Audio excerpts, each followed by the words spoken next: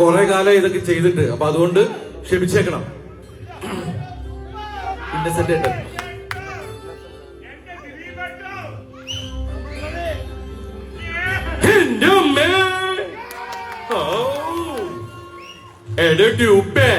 എന്തോ തിരിപിരി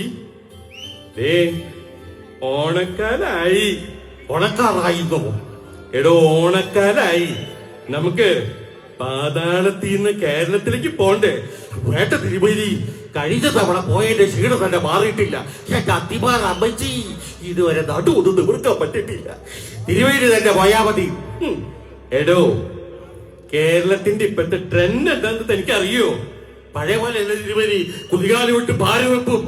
എടോ അതല്ല, ഇന്ന് കേരളത്തിലെ ഓണപ്പരിപാടികൾക്ക് മഹാബലി തിരുമേനിയായിട്ട് ഒരുത്തെങ്കിലും ഇങ്ങനെ മേശം കിട്ടി വരും.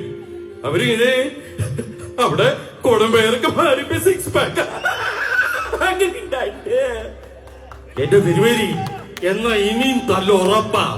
അറിയോ, ഇപ്പൊ അവിടെ ബോഡി ഷേപ്പിംഗ് എന്ന് പറഞ്ഞൊരു പരിപാടിയുണ്ട്.